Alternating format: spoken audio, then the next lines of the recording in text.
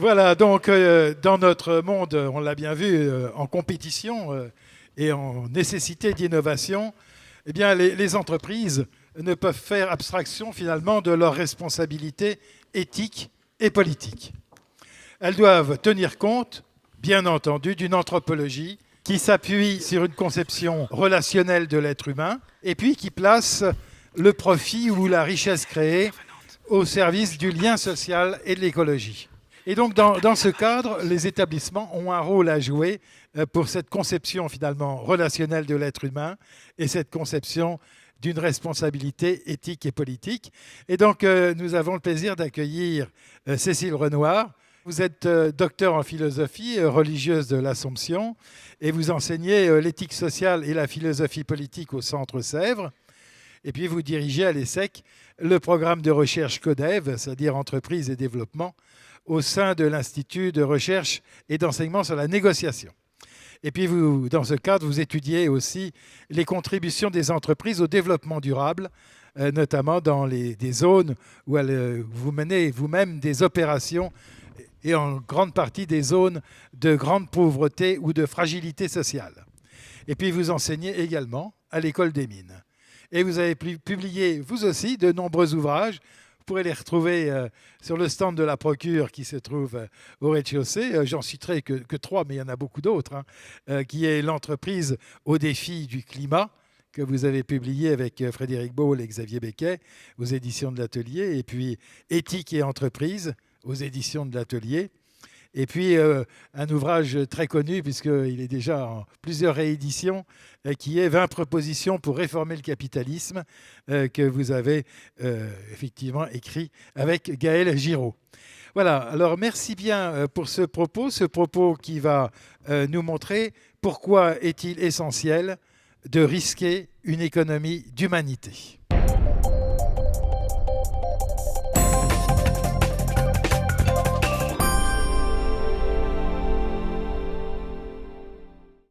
J'avais envie de démarrer avec une scène vécue il y a 2 ou 3 ans au Nigeria, dans un village pauvre d'une zone rurale du delta du Niger, où on faisait une enquête pour voir les effets de la construction d'un pipeline sur la vie des populations locales. Et puis ça m'a amené avec l'équipe de recherche à me déplacer donc dans ces villages et notamment à voir l'état du système éducatif. Et je me souviens ma surprise d'avoir vu dans une école dans laquelle les enfants n'avaient pas de chaise, où ceux qui pouvaient s'en offrir une arrivaient avec leur chaise en plastique pour suivre les cours. Et en même temps, dans cette même toute petite école, il y avait des panneaux sur le réchauffement climatique et sur les enjeux liés au climat. Alors c'est certain que c'était impressionnant parce que j'aurais jamais imaginé qu'on aurait déjà ce type d'outils pédagogiques pour aider les enfants à réfléchir à ces sujets. Bon, sachant que, évidemment, le delta du Niger est une zone qui est touchée de plein fouet par à la fois l'érosion de la zone côtière, par les effets de l'activité pétrolière sur à la fois les écosystèmes, sur le tissu social. Voilà, et je me disais que c'était, pour démarrer cette intervention, une bonne image du fait que, comme le dit le pape, tout est lié. Et je voudrais souligner combien les enjeux liés à la transformation de nos modèles économiques et le rôle que peuvent jouer les établissements scolaires là-dedans, à mon sens, demandent à être absolument articulés avec la prise en compte des enjeux à la fois sociaux et écologiques. Moi, j'aime bien parler du lien social et écologique pour souligner les enjeux liés à la transformation de nos modèles, de manière à ce qu'ils puissent en permanence avoir comme souci la question de la contribution au lien social, aujourd'hui et demain. Et c'est pour ça que je trouve de parler de lien social et écologique est une façon aussi de se préoccuper des générations futures. Alors, on vient d'avoir la COP21, l'accord de Paris. Je crois qu'il faut déjà saluer le fait que 195 pays extrêmement différents les uns des autres se soient mis d'accord sur un objectif et qui est d'essayer d'arriver à une augmentation de la température d'ici la fin du siècle de bien moins que 2 degrés. Alors, pour dire les choses, on sait qu'on est quand même parti pour être plutôt très au-delà des 2 degrés. Donc, ça signifie qu'il y a un énorme travail à faire collectivement. Et dans le préambule d'ailleurs de l'accord, on donne un chiffre qui est de dire qu'a priori, selon les engagements prévus des pays, en 2030, on devrait être à 55 gigatonnes d'équivalent CO2 d'émissions pour cette année-là, alors que si on veut rester dans les objectifs du 2 degrés, bien moins que les 2 degrés, il faudrait n'émettre au niveau mondial que 40 gigatonnes de CO2 en 2030. Et 2030, c'est demain. Donc une réduction de 15 gigatonnes par rapport, de passer de 55 à 40, on voit bien que c'est un programme énorme. Et donc je crois qu'il nous invite tous à prendre la mesure de la transformation nécessaire dans nos manières de penser et finalement de l'effort à faire pour arriver, comme le disent les anglo-saxons, à penser out of the box, à penser hors de nos cadres habituels. Alors moi ce que je propose, c'est une réflexion en 3 points pour regarder comment justement notre économie peut être au service de ce lien social et écologique, au service de la personne humaine dans toutes ses dimensions. Alors je vais m'appuyer à la fois sur des recherches donc, menées depuis une douzaine d'années, donc à la faveur aussi de conventions de recherche avec aussi bien des grands groupes comme Total ou Danone ou Veolia ou Rio Tinto Alcan, que des ONG comme le CCFD, aussi l'Agence française de développement, tout ça pour essayer d'étudier les effets de l'activité économique sur ce lien social, et notamment avec le souci des plus pauvres. Et puis je vais m'appuyer aussi sur l'encyclique Laudato Si, parce que je pense que le pape, justement, arrive magnifiquement à nous montrer comment la question écologique n'est pas une question simplement environnementale, mais qu'elle touche toutes les dimensions de nos existences personnelles et collectives. Alors, je voudrais faire justement un premier point sur les enjeux anthropologiques. Quelle vision de l'homme et du développement peut sous-tendre cette recherche de ce que le pape appelle une écologie intégrale. Et parenthèse, je pense que d'ailleurs le Laudato Si est un texte qui s'adresse à tous les hommes et femmes de bonne volonté à travers la planète, pas du tout uniquement aux catholiques. Donc c'est pour ça que je me permets aussi, là, je sais que parmi vous, il y a certains qui ne sont pas chrétiens, mais volontairement le pape s'adresse à tous les leaders religieux, à tous ceux qui essayent d'œuvrer pour justement une transformation de cette économie au service de la personne humaine. Et puis dans un deuxième temps, je voudrais aller un peu plus précisément sur les critères qui sont donnés en vue justement d'une telle, ce qu'on pourrait appeler un éco-développement ou une éco-justice ou une écologie intégrale. Et puis revenir dans un troisième temps sur les enjeux éducatifs et spirituels, et la manière dont ils touchent les établissements scolaires. Alors sur la question anthropologique, moi ce qui me frappe beaucoup, et peut-être aussi c'est une manière de rebondir sur les propos de Philippe Aghion, c'est le fait que nous nous centrons beaucoup sur les moyens à prendre, sur les mesures qui seraient nécessaires d'adopter pour promouvoir de l'innovation, voilà, pour transformer nos modèles, notamment en France, par rapport à un certain nombre de résistances, d'inerties. Et en même temps, le risque, c'est de se centrer très rapidement sur les moyens, sans peut-être regarder suffisamment à fond quelles sont les finalités que nous nous donnons. Et là, je crois que s'il y a une phrase de l'encyclique que je retiens particulièrement, c'est la formule du pape, il dit « Nous possédons trop de moyens pour des fins rachitiques et limitées ». Et je trouve qu'il le dit de façon percutante, c'est-à-dire que nous passons notre temps à regarder comment nous allons mettre en œuvre des moyens technologiques, financiers, mais peut-être que nous oublions, de nous poser la question de la finalité. Et là, je voudrais faire un lien avec ce que j'évoquais de la question écologique. Si nous prenons au sérieux cette question écologique, ça veut dire que nous sommes appelés à considérer que le critère de transformation de nos modèles économiques est vraiment le critère écologique, sachant qu'il est complètement lié à la question sociale et à la question de la réduction des inégalités, et à la question de l'amélioration du bien-être social et collectif. Alors, le pape a toute une réflexion sur les aspects anthropologiques où il souligne comment finalement, un des grands thèmes du libéralisme, c'est la promotion de l'autonomie humaine.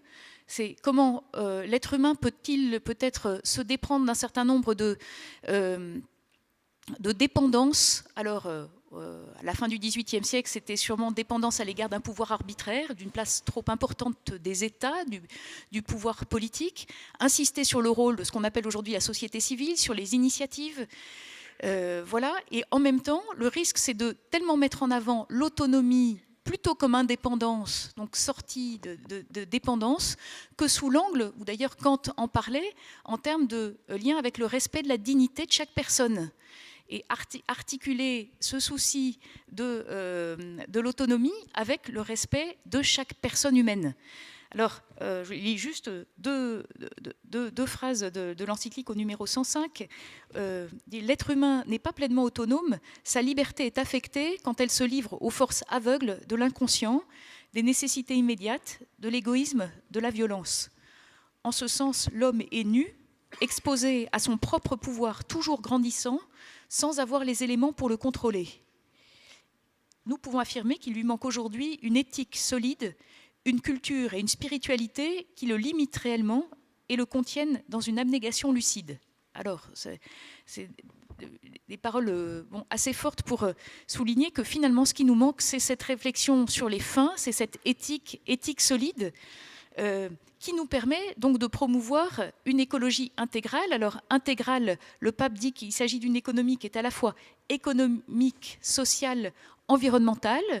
Il souligne que c'est une écologie culturelle, une écologie de la vie quotidienne et qui est centrée vers la recherche de la justice et du bien commun.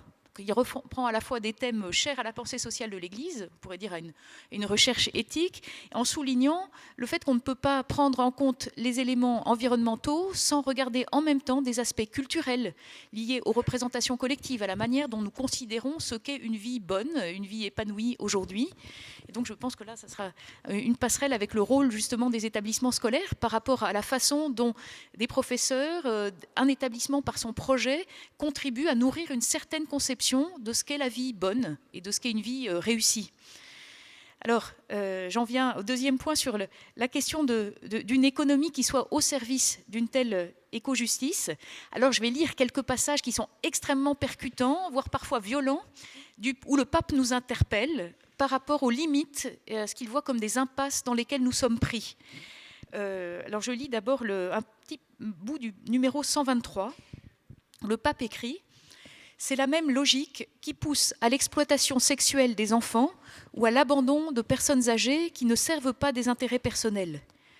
C'est aussi la logique intérieure de celui qui dit « Laissons les forces invisibles du marché réguler l'économie parce que ses impacts sur la société et sur la nature sont des dommages inévitables. » Alors, voilà, ces paroles, elles sont d'une très grande force, voire violence, puisque le pape considère qu'il y a une même logique à l'œuvre entre ce qui est caractérisé comme un crime, l'exploitation sexuelle des enfants ou l'abandon des personnes âgées, et puis ce qui est de l'ordre d'un fonctionnement du marché dérégulé au nom des dommages. Alors, on parlait tout à l'heure des externalités, ce qu'on appelle les externalités négatives, à la fois sociétales et environnementales, où on nous dit en gros, il n'y a pas d'omelette sans casser des œufs.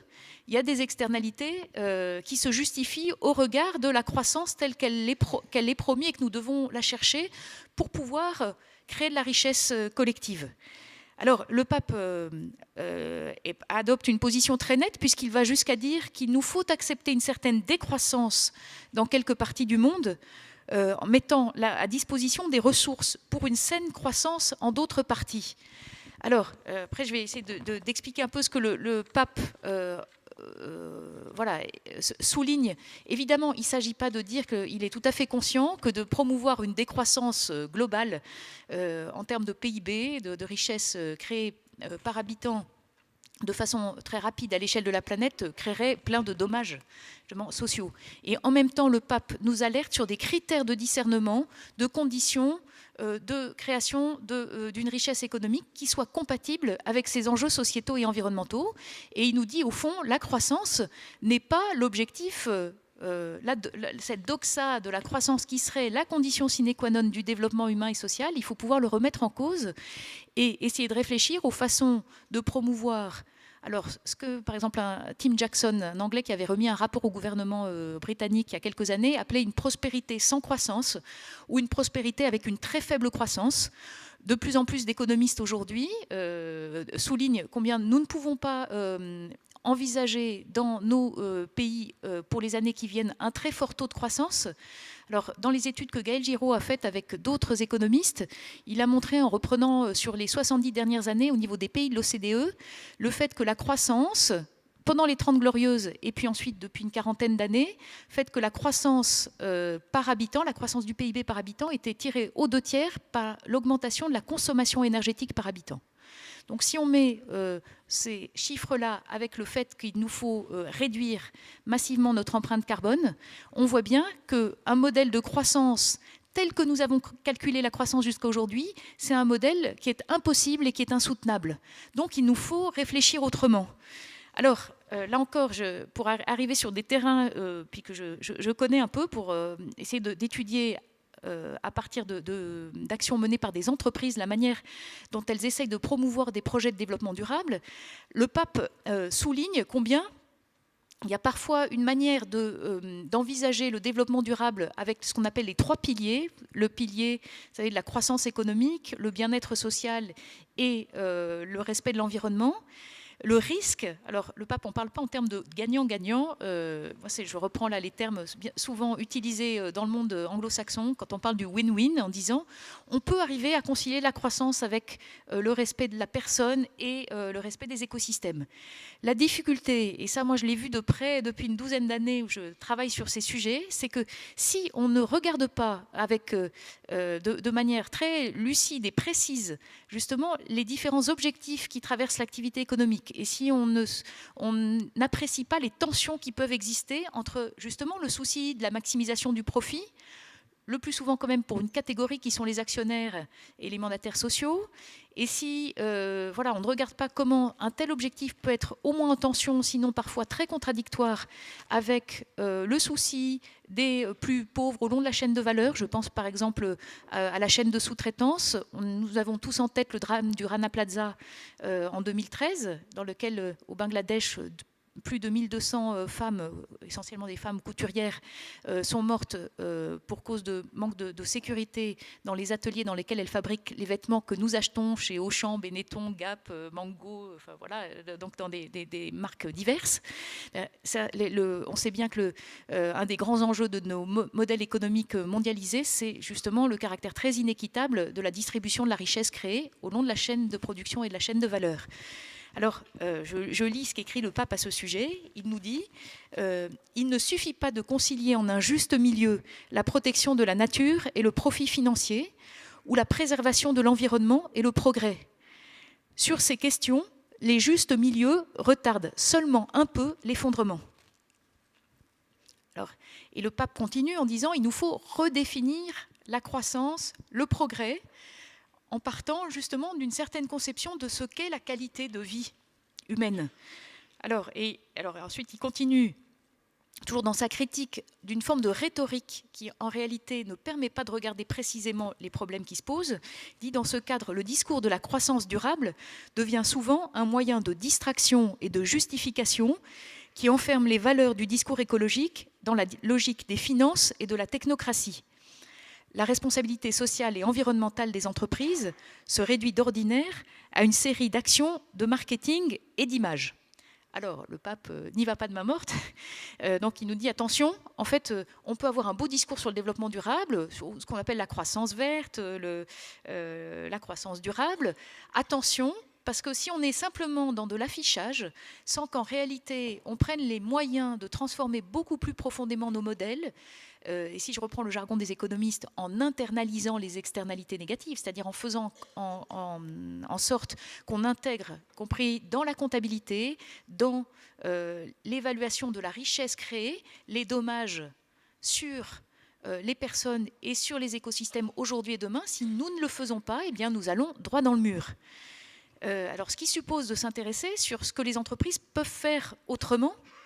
Alors là, je viens d'écrire un livre avec 2 cadres dirigeants, un ancien de Total et un ancien d'Alstom. Donc c'est quand même du lourd, là aussi par rapport aux enjeux de transformation des modèles économiques. Et on a travaillé avec 10 autres contributeurs qui participent avec nous à une petite association que nous avons créée suite en fait au livre 20 propositions là, pour réformer le capitalisme.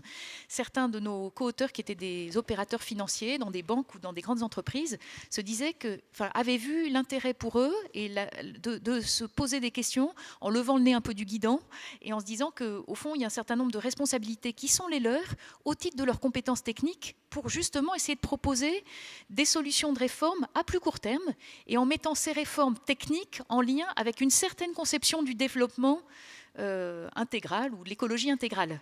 Et donc l'association qu'on a créée s'appelle l'entreprise une bonne nouvelle, c'est dire qu'elle ne se veut pas être un discours défaitiste sur l'entreprise, mais en même temps, cette association, elle veut réunir des personnes, cadres et cadres dirigeants, qui se posent des questions et qui estiment que nous allons dans le mur et que, voilà, plutôt que de s'abriter derrière un discours rassurant, il nous faut absolument regarder de près les impasses dans lesquelles nous sommes et les moyens d'en sortir, enfin, d'ouvrir d'autres chemins. Et le livre qu'on a écrit, l'entreprise au défi du climat, était en fait une réflexion sur l'identification à la fois des blocages et des leviers par rapport à la mise en œuvre, notamment par les grands groupes, mais quand on parle des grands groupes, on parle en fait de la chaîne de production, donc en réalité on parle aussi des PME, du tissu économique en France et dans d'autres pays, et essayer de voir donc, quels sont les blocages et les leviers les plus importants par rapport à la mise en œuvre de la transition. Et si je résume notre livre en 2 phrases, au fond, au bout de quelques mois de discussion, les uns et les autres représentant des secteurs d'activité et des métiers différents, les uns et les autres se sont dit, au fond, les blocages, ils ne sont ni technologiques ni financiers. Ça rejoint bien cette question des moyens. En fait, les moyens financiers, il n'y a jamais eu autant de capitaux financiers à travers la planète aujourd'hui. Donc, en fait, des financements, nous en avons. Le problème, c'est que nous ne savons pas forcément bien comment les flécher. Et on retrouve la question des choix en termes de politique publique pour avancer de façon cohérente dans la direction de la transition écologique et énergétique. Les problèmes ne sont pas non plus technologiques parce qu'il y a de plus en plus de solutions technologiques. Alors, je parlerai non seulement d'innovation, mais je vais y revenir. Le pape parle de créativité et je pense que le mot de créativité, il est encore plus beau que celui d'innovation. Parce que c'est dire que ce qui fait de l'être humain un être humain, c'est la créativité, mais c'est une créativité qui est orientée d'une certaine manière. Et ce n'est pas n'importe quel type d'innovation qui va nous permettre de nous en sortir. D'où le discernement opéré quant à l'articulation entre ces innovations technologiques et les finalités visées. Et si l'innovation crée de la croissance, mais qu'elle détruit la planète, on n'aura rien gagné. Voilà. Alors donc, dans le livre, on essaye de pointer que les enjeux, pour les uns et les autres, sont des enjeux qui sont en fait stratégiques, sont des enjeux politiques, qui invitent à considérer le rôle politique de l'entreprise, pas au sens où l'entreprise ferait de la politique politicienne, mais on sait bien que de toute façon, nos entreprises et nos grandes entreprises exercent un lobbying frénétique à l'égard des pouvoirs publics. Donc la question, c'est de savoir comment elles vont pouvoir exercer un rôle politique au service précisément de ce qu'est la police, la cité, au service du bien commun. Et quand on reprend l'étymologie du mot économie, oikos et nomos, c'est les règles de la maison commune.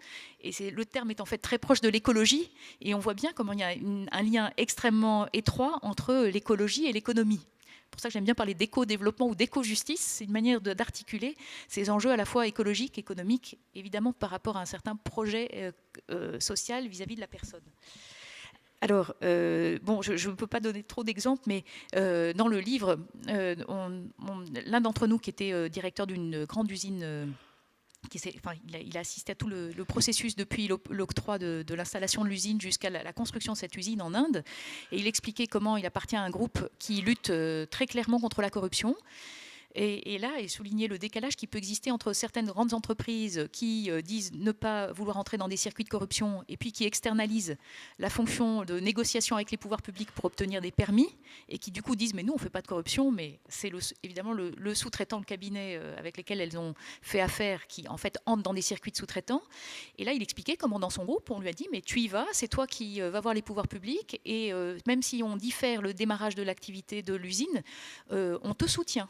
Et il n'est pas question d'entrer dans des circuits de corruption. Et il a tenu bon. Moralité, l'usine a été construite 1 an après le démarrage prévu. Mais il soulignait comment, ensuite, dans les discussions qu'il a eues en Inde avec à la fois les pouvoirs publics et puis les sous-traitants, autres, qui voyaient qu'ils étaient absolument intransigeants sur les questions de lutte contre la corruption, au fond, les gens s'apercevaient, après avoir dit « mais c'est pas si grave quand c'est des petits montants ou autre, et puis culturellement, ça se passe comme ça », tenant bon, au fond, il avait des salariés indiens qui venaient lui dire que c'était voilà, chapeau, et que c'était ça qu'il fallait faire si on voulait aussi transformer l'économie indienne et faire en sorte qu'elle permette d'affronter un certain nombre de questions. Alors, je donne juste cet exemple parce que je trouve que c'est un exemple positif qui montre que quand il y a une vraie volonté là, politique aussi, interne, stratégique d'une entreprise, il y a des choses qui peuvent se faire.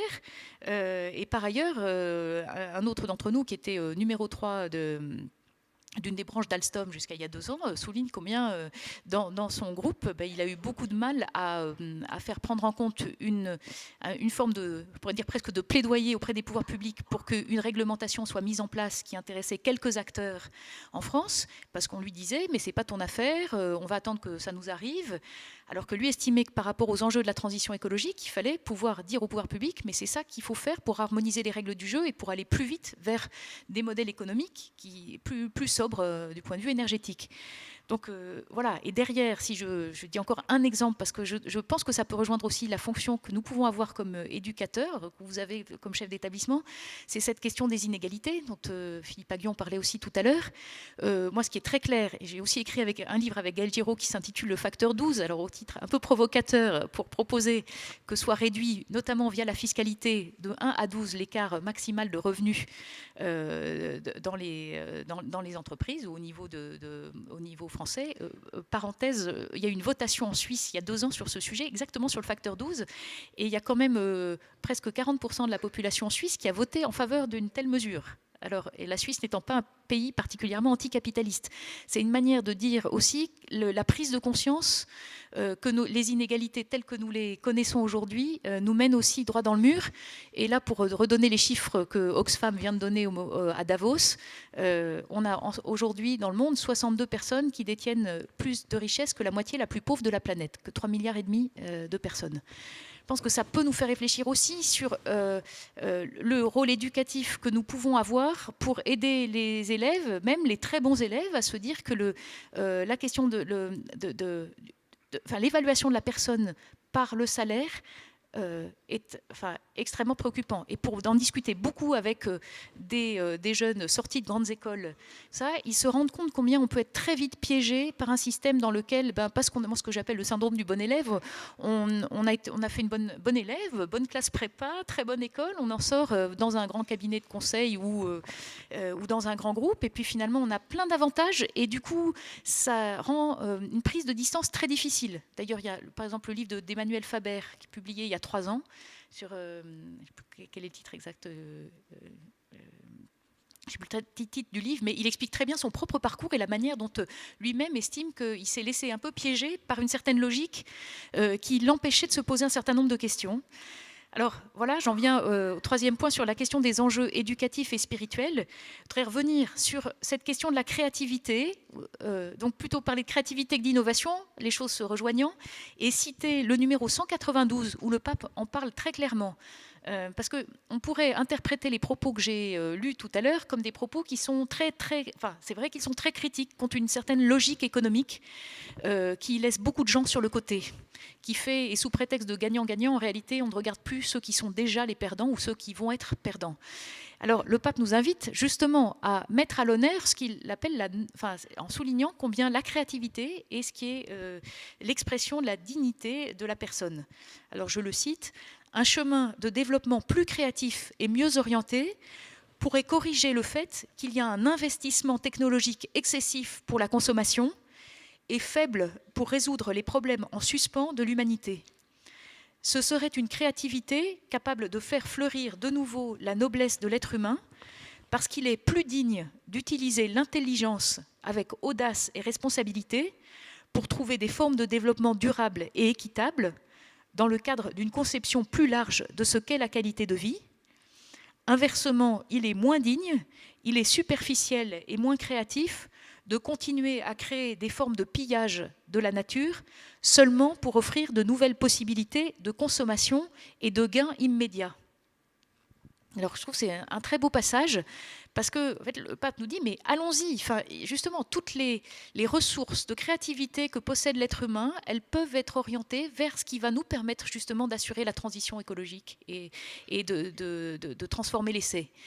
Donc, ce n'est pas du tout un discours qui se veut défaitiste ou uniquement de la critique. Certains disent, j'ai entendu parfois quelqu'un me disant qu'aux États-Unis, certains taxent le pape de communiste, mais là, moi, il me semble que c'est une manière très facile ou de dire il est argentin, donc il ne connaît pas, et c'est bien plus compliqué que ça. Voilà. Je crois pas du tout. Et pour discuter avec un certain nombre, non seulement d'économistes, mais aussi de chefs d'entreprise, de gens de différents pays, je pense partageant très très largement le diagnostic que pose le pape et soulignant combien pour eux, ce qui se joue, c'est ce qui se joue au niveau justement des fondamentaux humains et pas au niveau d'abord des moyens.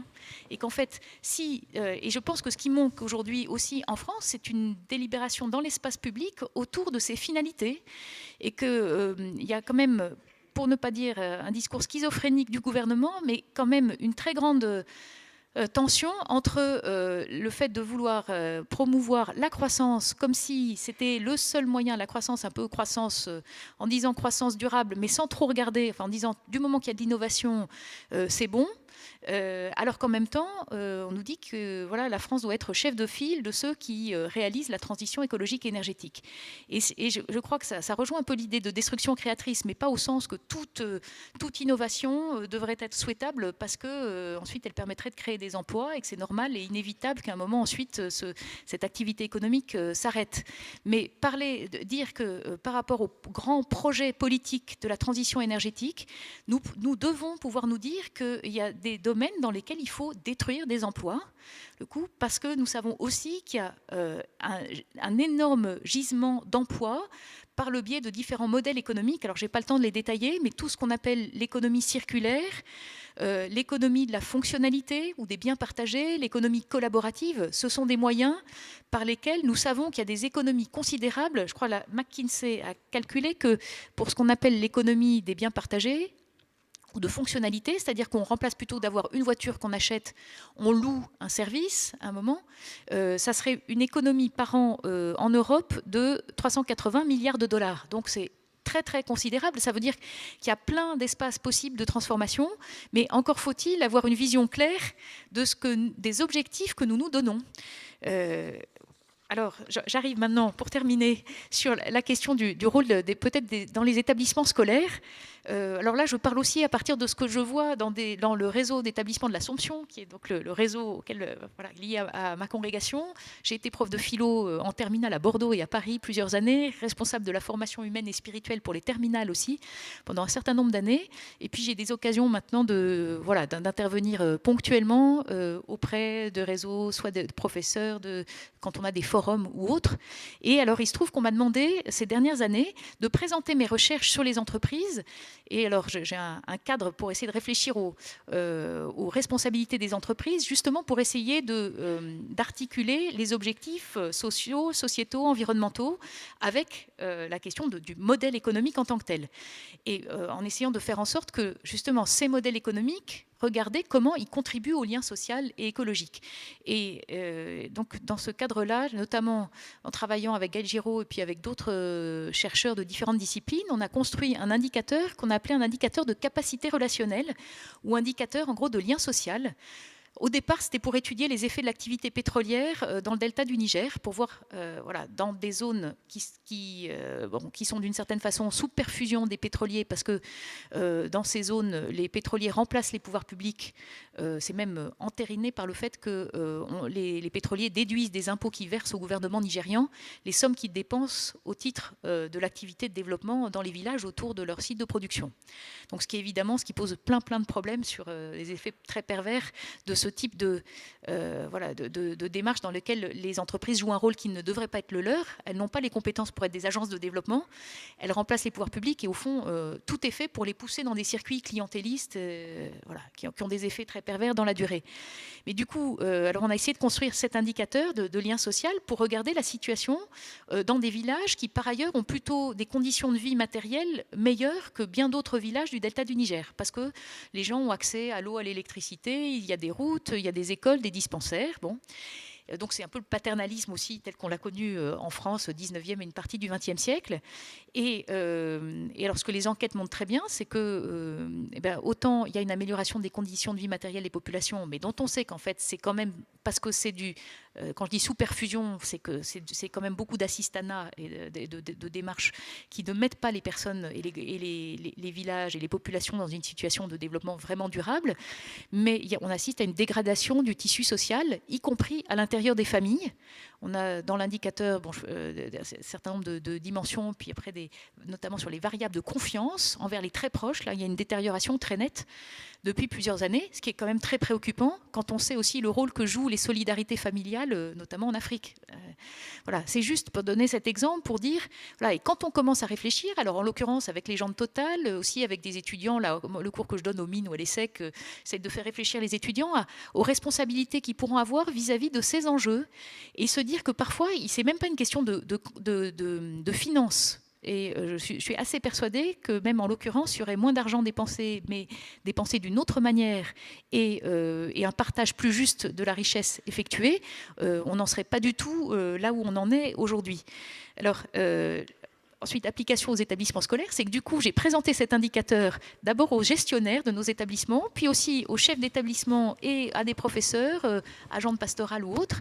Et chacun, dans son cadre, par groupe, on réfléchit à la manière d'adapter cet indicateur en trouvant, à partir peut-être de grandes dimensions, qui sont peut-être des dimensions qui sont relatives à ce qu'est la qualité de la relation, essayer de voir quelles étaient peut-être des variables sur lesquelles il pourrait y avoir une évaluation régulière pour se dire, ben voilà, au fond, nous, ce que nous faisons, est-ce que ça permet véritablement d'améliorer la cohésion sociale dans l'établissement? Alors, à la fois l'établissement pris comme une entreprise à visée sociale vis-à-vis des élèves, du personnel, vis-à-vis aussi du territoire dans lequel l'établissement est implanté.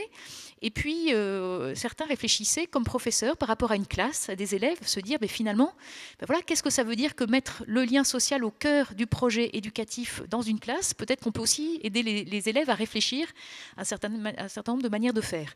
C'est juste pour donner un exemple. Et puis après, ce dont je suis témoin, mais je trouve que ça dépasse largement là, les frontières de notre réseau d'établissements, c'est aussi tous les choix qui sont effectués avec à la fois des certifications de lycées ou d'établissements éco-responsables, avec une volonté de mettre en cohérence un approvisionnement à la cantine, peut-être la rénovation thermique des bâtiments, des gestes écologiques des élèves, un travail pluridisciplinaire des élèves sur certains sujets. Je pense à nos établissements à Lyon, où du coup, la documentaliste, aussi professeur de philo, travaille avec professeurs d'économie, d'histoire géo, font venir des personnes, essayent de promouvoir des immersions des élèves, ce qui fait qu'ils considèrent maintenant l'écologie pas simplement comme le fait de faire du tri sélectif. Et à ce que j'entends de certaines personnes que je rencontre qui sont en lien avec des élèves ou parfois des étudiants avec lesquels je discute, certains me disent on en a ras-le-bol du discours sur le développement durable parce que nous, on en soupe, entre guillemets, depuis le primaire. Et donc là, je trouve la force du texte Laudato Si, c'est de remettre tout ça en perspective en disant c'est un projet qui n'est pas regarder l'écologie par le petit bout de la lorgnette. C'est vraiment un projet politique, un projet de société qui nous invite à réfléchir avec une autre ampleur. Alors, voilà, je crois qu'il va falloir que je m'arrête bientôt. Je me disais, alors ça, reprenant notamment la réflexion d'une philosophe politique américaine qui s'appelle Martha Nussbaum, qui est de plus en plus traduite en français. Et je trouve qu'elle a une réflexion très, très intéressante sur, alors elle, plutôt sur les modèles éducatifs. Elle a fait une comparaison entre les modèles éducatifs en Inde et aux États-Unis pour montrer comment on est passé à des modèles qui se centrent de plus en plus sur la valorisation d'une formation technique des élèves et en soulignant combien c'est problématique. D'ailleurs, je me rappelle... alors là, il y a une quinzaine d'années, à l'EHESS, après les attentats de 2001, une conférence qui était faite sur le profil des terroristes, où ce qui était souligné, c'est que les terroristes n'étaient pas forcément des gens qui sont très pauvres. La plupart étaient des gens qui étaient formés, mais formés avec une formation technoscientifique et sans doute avec très peu de formation sur les fins, justement, sur le sens. Et la sonnette d'alarme que tire Martha Nussbaum pour l'Inde ou pour les États-Unis, c'est de dire, alors qu'il y a une tradition avec Dewey aux États-Unis ou avec Tagore en Inde, formation qui valorise le développement intégral de la personne. Évidemment, ça ne veut pas du tout dire qu'il ne faille pas se préoccuper des débouchés en termes de métier pour les élèves, mais de dire qu'il y a quelque chose de fondamental qui est perdu dans l'éducation si on ne forme pas les élèves à ce qu'elle appelle des émotions démocratiques, c'est-à-dire former comment est-ce que les uns et les autres vont orienter leur passion, leur goût de vivre, leurs capacités, leurs dons au service de ces projets. Et ça veut dire mettre en avant, justement, par le biais aussi des ressources que sont la littérature, la philosophie, les différentes disciplines, ou un dialogue entre les disciplines, une réflexion sur la finalité. Et donc, je vais juste terminer avec une citation du pape que je trouve magnifique, parce que aussi comme interpellation vis-à-vis, alors il reprend l'expression de sobriété heureuse que Pierre Rabhi a beaucoup utilisée en France depuis une dizaine ou une quinzaine d'années. Alors je vous lis juste le passage où le pape nous invite aussi à réfléchir à la manière de concevoir finalement ce qu'est une existence heureuse. La sobriété qui est vécue avec liberté et de manière consciente est libératrice. Ce n'est pas moins de vie, ce n'est pas une basse intensité de vie, mais tout le contraire, car en réalité, ceux qui jouissent plus et vivent mieux chaque moment sont ceux qui cessent de picorer ici et là en cherchant toujours ce qu'ils n'ont pas et qui font l'expérience de ce qu'est valoriser chaque personne et chaque chose en apprenant à entrer en contact et en sachant jouir des choses les plus simples. Ils ont ainsi moins de besoins insatisfaits et sont moins fatigués et moins tourmentés. On peut vivre intensément avec peu, surtout quand on est capable d'apprécier d'autres plaisirs et qu'on trouve satisfaction dans les rencontres fraternelles, dans le service, dans le déploiement de ses charismes, dans la musique et dans l'art, dans le contact avec la nature, dans la prière. Le bonheur requiert de savoir limiter certains besoins qui nous abrutissent en nous rendant ainsi disponibles aux multiples possibilités qu'offre la vie. Merci bien.